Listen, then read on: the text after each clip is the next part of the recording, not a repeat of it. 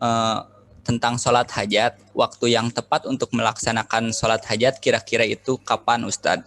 Dan untuk sholat tahajud, tidak tidur dulu apakah bisa Ustadz? Soalnya kalau tidur dulu susah bangunnya, seperti itu katanya.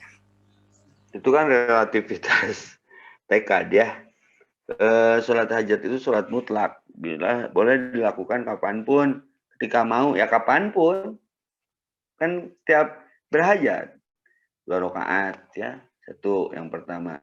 Dua, bagaimana tahajudnya boleh tidur dulu atau tidak? Bukan sebuah kemestian. Taraweh itu pengganti tahajud. Sudah sholat isya langsung. Kalau di bulan Ramadan kan namanya taraweh. Mau tidur dulu? Bagus. Bukan masalah tidur dan tidaknya. Niat nggak? Kalau tidur dulu takut ya lakukan sebelum tidur. Makanya ada para sahabat yang formasi melaksanakannya, ada yang 3 dulu, lalu terbangun 4-4. Ada yang 4 dituntut 4-3. Fleksibel sih, semua ada dalilnya. Jadi di mana nyamannya lakukan di situ. Ya, jangan tersiksa karena terpaksa. Yukalifullahu nafsan illa usaha. Demikian Pak MC. Baik, terima kasih. Kita lanjutkan pertanyaannya. Ini ada pertanyaan, bagaimana kita menasihati teman yang masih bekerja di lingkungan riba, khususnya yang menjadi support untuk riba atau di lingkaran riba itu sendiri? Seperti itu. Bagaimana menasihati teman yang sedang dan masih terjebak di lingkungan ribawi, misalnya di perbankan itu, menasihatinya dengan solusi.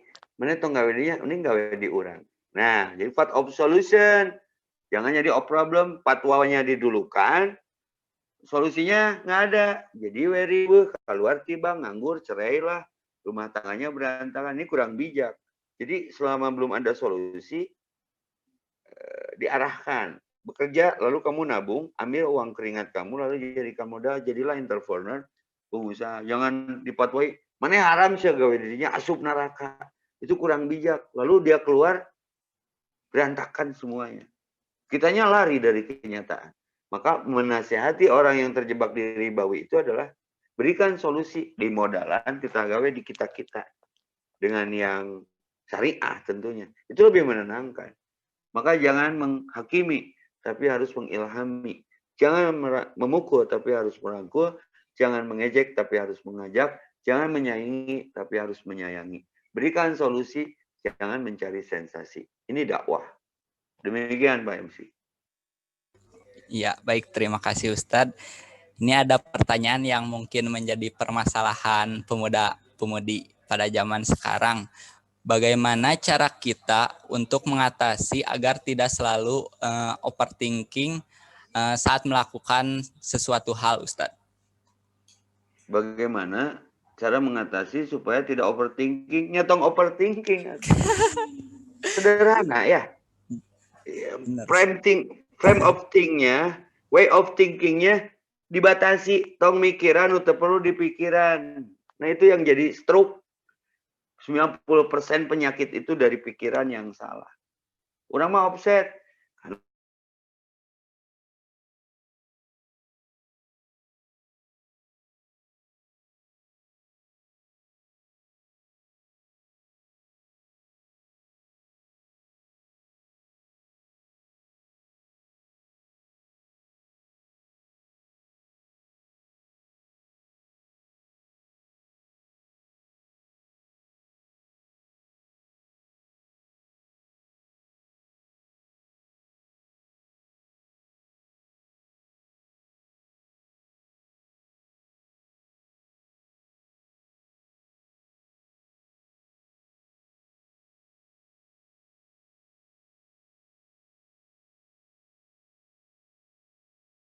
Kalau tunduhnya sare, ini sederhana.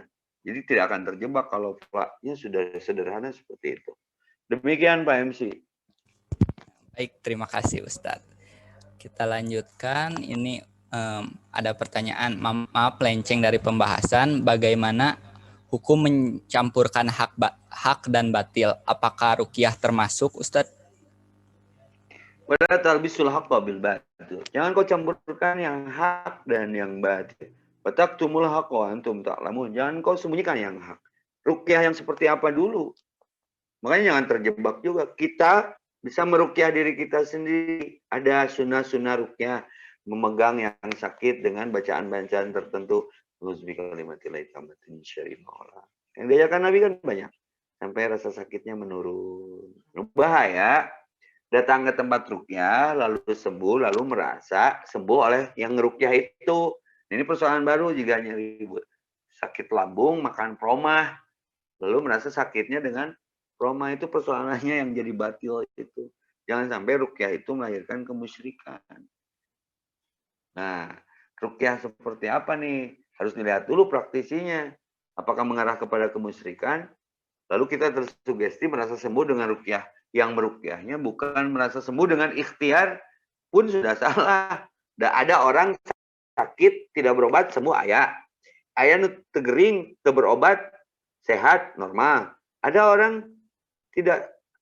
orang sakit berobat tapi wafat. Jadi sembuh dan tidaknya itu bukan dari ikhtiarnya. Itu ikhtiar mah perintah. Tapi siapa asy-syafi yang menyembuhkannya itu? Bukan ruqyahnya di sini. Nah, kalau kita kecenderungan tersugesti dengan praktek ruqyahnya, maka Rasulullah nggak berani meruqyah. Nyuruh orang, karena setipis kulit ari. Dan upahnya juga besar dulu. Sekali meruqyah 2 ekor kambing. Saking untuk mengkanter. Jika Ustadz Epi jadwalnya dimahalkan, lain dimahalkan. Ngalah hentena, paur karena sekali salah ngomong, viralnya luar biasa. Ya, itu contoh kecil. Maka jangan menebak lalu terjauh. Bukan ruqyahnya. Sugesti ruqyahnya mengarah kemana. Tapi ada orang ketagihan, si Ustadz dia mah ngeunaheun euy. Nah, ini yang persoalannya kemudian ta'assub, mengkultuskan. Ini mah harus dibahas di darat pakai bor. Jadi niatnya setipis kulit hari ini. Maka nanti ada di kitab Fathul Majid itu tentang bagaimana objektivitas sudut pandang tentang ruqyah itu sendiri secara hukum ya. Enggak, Pak MC. Sampai jam berapa by the way ini? Mungkin ini untuk 2 pertanyaan terakhir, Ustadz. Siap. Ini pertanyaan tentang yang namanya ikhlas. Berarti kita beribadah dengan tulus. Bagaimana dengan ibadah karena kita menginginkan sesuatu seperti melakukan sholat hajat, sholat istisqa, dan istihoroh? Oke. Kalau tidak pakai jalan itu, mau pakai jalan yang mana lagi? Istihoroh karena ingin sesuatu. Istisqa karena ingin sesuatu. Sholat hajat karena ingin sesuatu. Itulah jalannya. Muntah pakai jalan nu eta, rek nu mana? Nu make nu eta we cantang tuh dijabah. Karena perlu syarat dan rukun ya. Sudah, itu paling benar. Tapi niat yang diluruskan. Ya. Kalau istihorohnya, kan istihoroh orang mah maksa ada 2 pilihan. Terus istihoroh tapi anggelkah yang kasih eta tah. Nah, nu lama maksana nya kumaha Allah we. Dan itu jalannya. Gitu. Maka min kali plus min. Kalau niatnya salah, caranya benar salah. Plus kali min, min. Niatnya benar, udah benar, tapi caranya salah. Salah. Min kali min plus, niatnya salah, caranya salah, plus benar eta teh salah. Nah, kalau mau benar, plus kali plus. Niat melakukannya karena Allah, ikuti cara Rasulullah, selebihnya biarkan Allah yang memutuskan semuanya. Istisqa tidak semuanya diijabah. Zaman Nabi terjadi. Para sahabat loh ini kelasnya. Hujan turun-turun, tapi budak doa budak eta. Ini kan misterius. Ya, tergantung keikhlasan, ketulusan. Bagaimana kita memanjatkan sesuatu kepada Allah. Oke, satu lagi. Baik, untuk pertanyaan terakhir, ini pertanyaannya, bagaimana cara kita menegur atau memberi solusi kepada orang tua kita, dan bagaimana sikap kita apabila orang tua kita tidak menerima masukan dari kita padahal itu benar? Nah, ini sensitif ini. Ngobrol jeung kolot mah ulah jadi guru ke kolot mah dicabok tah.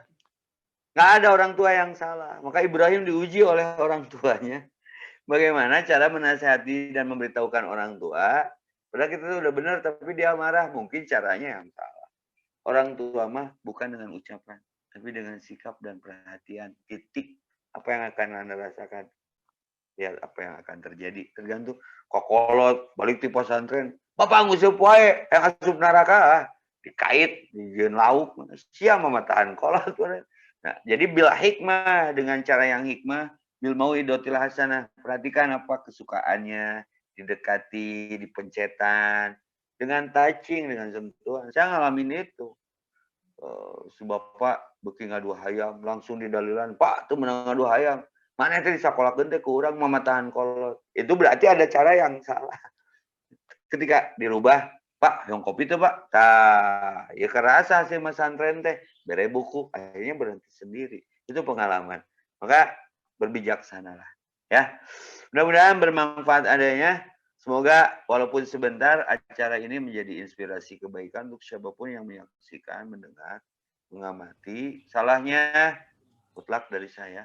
Kalau ada kata yang offside, saya tarik lagi di peredaran. Kalau benarnya mutlak.